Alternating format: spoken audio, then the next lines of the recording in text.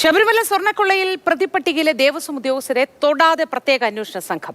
പ്രതികളായ ദേവസ്വം ഉദ്യോഗസ്ഥരെ ഇതുവരെയായിട്ടും അറസ്റ്റ് ചെയ്തിട്ടില്ല. മുരാരി ബാബു അടക്കമുള്ള പ്രതികൾ അന്വേഷണ പരിധിക്ക് പുറത്താണ്. ഉണ്ണികൃഷ്ണൻ പോറ്റി അറസ്റ്റിലായി 4 ദിവസമായിട്ടും തട്ടിയെടുത്ത് സ്വർണം കണ്ടെടുക്കാനായിട്ടില്ല. പ്രതിപട്ടികയിലുള്ള കൽപേഷ് ഇപ്പോഴും കാണാമറയത്താണ്. അനന്തകൃഷ്ണൻ ചേരുന്നുണ്ട് വിശദ വിവരങ്ങളുമായി. Ananthan, good morning. ഈ തുടക്കത്തിലെ ഈ സ്വർണ്ണ പാളി വിവാദവുമായി ബന്ധപ്പെട്ട വാർത്തകൾ വന്ന സമയത്ത് ഞാനിങ്ങനെ പ്രേക്ഷകരുമായി സംസാരിക്കുമ്പോൾ പറയുന്നുണ്ടായിരുന്നു, ഇതൊരു ഉണ്ണികൃഷ്ണൻ പോറ്റിയിലേക്ക് മാത്രം ഒതുങ്ങി പോകാനുള്ള ഒരു സാധ്യതയുണ്ട്.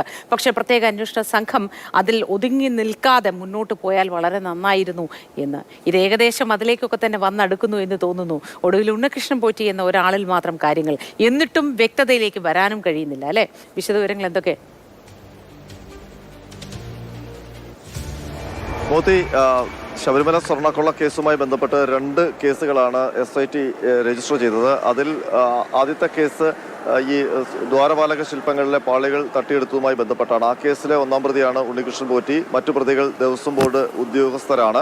2ാമത്തെ കേസ് കട്ടളപ്പാളി തട്ടിയെടുത്തതുമായി ബന്ധപ്പെട്ട കേസാണ്. അതിലും 1-ാം പ്രതി ഉണ്ണികൃഷ്ണൻ പോറ്റിയാണ്. 2ാം പ്രതി കൽപേഷ് എന്ന് പറയുന്നയാളാണ്. ബാക്കിയുള്ള പ്രതികൾ ദേവസ്വം ബോർഡ് ഉദ്യോഗസ്ഥരും ദേവസ്വം ബോർഡും തന്നെയാണ്. ഈ 2 കേസുകളിലാണ് അന്വേഷണം നടക്കുന്നത്. ഇതിൽ ഉണ്ണികൃഷ്ണൻ പോറ്റി അറസ്റ്റ് ചെയ്തിരിക്കുന്നത് ആദ്യത്തെ കേസിൽ, അതായത് ദ്വാരപാലക ശില്പങ്ങൾ തട്ടിയെടുത്തതുമായി ബന്ധപ്പെട്ട കേസിൽ മാത്രമാണ്. 2ാമത്തെ കട്ടളപ്പാളി കട്ടെടുത്ത കേസിൽ ഇതുവരെ അറസ്റ്റ് രേഖപ്പെടുത്തിയിട്ടില്ല.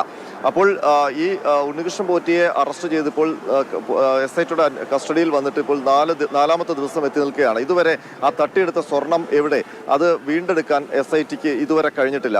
മാത്രമല്ല, ഈ കേസിലെ ഏറ്റവും പ്രധാനപ്പെട്ട മറ്റു പ്രതികൾ എന്ന് പറയുന്നത് 2ാം പ്രതി മുരാരി ബാബു അടക്കമുള്ള ദേവസ്വം ബോർഡ് ഉദ്യോഗസ്ഥരാണ്. ദേവസ്വം വിജിലൻസിന്റെയും SITയുടെ ആദ്യഘട്ട അന്വേഷണത്തിലും ഉണ്ണികൃഷ്ണൻ പോറ്റിക്ക് ഈ സ്വർണം തട്ടിയെടുക്കാനുള്ള എല്ലാ മുന്നൊരുക്കങ്ങളും ഗൂഢാലോചനയ്ക്കും പിന്നിൽ ദേവസ്വം ബോർഡ് ഉദ്യോഗസ്ഥരുണ്ട് എന്ന് കണ്ടെത്തിയിരുന്നു. അതിലെ ഏറ്റവും പ്രധാനപ്പെട്ട തെളിവാണ് അന്ന് ഈ സ്വർണം ചെമ്പാക്കി മാറ്റിയ ഈ ഉദ്യോഗസ്ഥരുടെ രേഖകൾ. ആ ഉദ്യോഗസ്ഥരെല്ലാം ഇപ്പോഴും പുറത്തു തന്നെ നിൽക്കുകയാണ്. ഒരാളെ പോലും വിളിച്ചു വരുത്തി ചോദ്യം ചെയ്യാനോ അറസ്റ്റ് രേഖപ്പെടുത്താനോ SIT ഇതുവരെ തയ്യാറായിട്ടില്ല. മാത്രമല്ല, ഈ മുരാരി ബാബു അടക്കമുള്ള ഉദ്യോഗസ്ഥർക്ക് ഉന്നത രാഷ്ട്രീയ ബന്ധമുണ്ട്, സാമുദായിക ബന്ധമുണ്ട്. അതിനൊപ്പം തന്നെ ദേവസ്വം ബോർഡിലും ഇപ്പോഴും ബന്ധങ്ങളുണ്ട്. ഈ ബന്ധങ്ങൾ ഉപയോഗിച്ച് തെളിവ് നശിപ്പിക്കപ്പെടാനുള്ള സാധ്യതകളൊക്കെ നിലനിൽക്കുകയാണ്. അതിനുള്ള അവസരം ഏകദേശം ഈ പ്രതികൾക്കെല്ലാം ലഭിച്ചു കഴിയുകയും ചെയ്തു. മാത്രമല്ല, ഉണ്ണികൃഷ്ണൻ പോറ്റിയുമായി ബന്ധപ്പെട്ട് നടത്തിയ അന്വേഷണത്തിലാകെ കഴിഞ്ഞ ദിവസം അയാളുടെ വീട്ടിൽ നിന്ന് ചില ഭൂമി ഇടപാടുകളുടെ പ്രമാണങ്ങളും ഒപ്പം തന്നെ ചില ആഭരണങ്ങളും മാത്രമാണ് കണ്ടെടുത്തിട്ടുള്ളത്. അപ്പോൾ അതിനപ്പുറത്തേക്ക് അന്വേഷണമില്ലേ? പുറത്ത് മാത്രം നിർത്തുന്നതിന് പിന്നിൽ ഗൂഢലക്ഷ്യങ്ങൾ ഉണ്ട് എന്ന് നമുക്ക് പറയേണ്ടതായി വരില്ലേ?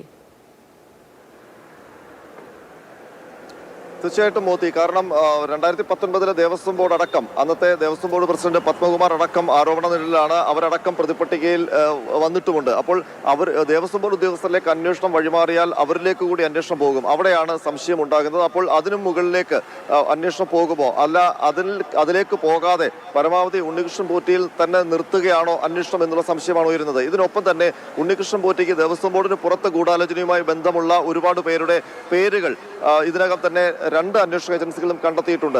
അതിൽ ഏറ്റവും പ്രധാനപ്പെട്ട 2 പേരുണ്ട്, കൽപേഷും നാഗേഷും. ഈ 2 പേരെയും കണ്ടെത്താനോ തിരുവനന്തപുരത്തേക്ക് അറസ്റ്റ് ചെയ്ത് കൊണ്ടുവരാനോ, അതിൽ കൽപേഷ് ഒരു കേസിലെ പ്രതി കൂടിയാണ്. അപ്പോൾ ഈ 2 പേരെയും കണ്ടെത്താൻ കഴിഞ്ഞിട്ടില്ല. മാത്രമല്ല, CK വാസുദേവൻ, ഈ പീഠം 4 വർഷം ഈ കാണാതായ താങ്ങുപീഠം സൂക്ഷിച്ചു എന്ന് പറയുന്ന CK വാസുദേവൻ, അയാളെ ഇതുവരെ പ്രതിപട്ടികയിൽ ഉൾപ്പെടുത്തുകയോ കണ്ടെത്തുകയോ ചെയ്തിട്ടില്ല. മറ്റൊരു പ്രധാനപ്പെട്ട കാര്യം, ഇവർ അന്വേഷണ റിപ്പോർട്ടിലും ദേവസ്വം വിജിലൻസിന്റെ അന്വേഷണ റിപ്പോർട്ടിലും ഈ SITയുടെ റിമാൻഡ് റിപ്പോർട്ടിലും ഒക്കെ ആരോപണം നിലനിൽക്കുന്ന ഒരു സ്ഥാപനമുണ്ട്, സ്മാർട്ട് ക്രിയേഷൻസ്. ആ സ്മാർട്ട് ക്രിയേഷൻസിനെ ഇതുവരെ പ്രതിപട്ടികയിൽ കൊണ്ടുവരാനോ അവരെ കേന്ദ്രീകരിച്ച അന്വേഷണം ഇതുവരെ ഉണ്ടായിട്ടോ പ്രത്യക്ഷത്തിൽ ഉണ്ടായിട്ടില്ല. അപ്പോൾ സ്മാർട്ട് ക്രിയേഷൻസ് എന്തുകൊണ്ടാണ് ഇപ്പോഴും പ്രതിപട്ടികയ്ക്ക് പുറത്തു നിൽക്കുന്നത് എന്നുള്ള ചോദ്യം ഉയരുകയാണ്. അപ്പോൾ ഉണ്ണികൃഷ്ണൻ പോറ്റി 1.5 കിലോ സ്വർണം തട്ടിയെടുത്ത ഒരു കേസായി മാത്രം ഈ ശബരിമല സ്വർണ്ണക്കൊള്ള മാറുമോ എന്നുള്ളതാണ് ഇപ്പോൾ ഉയരുന്ന ആശങ്ക.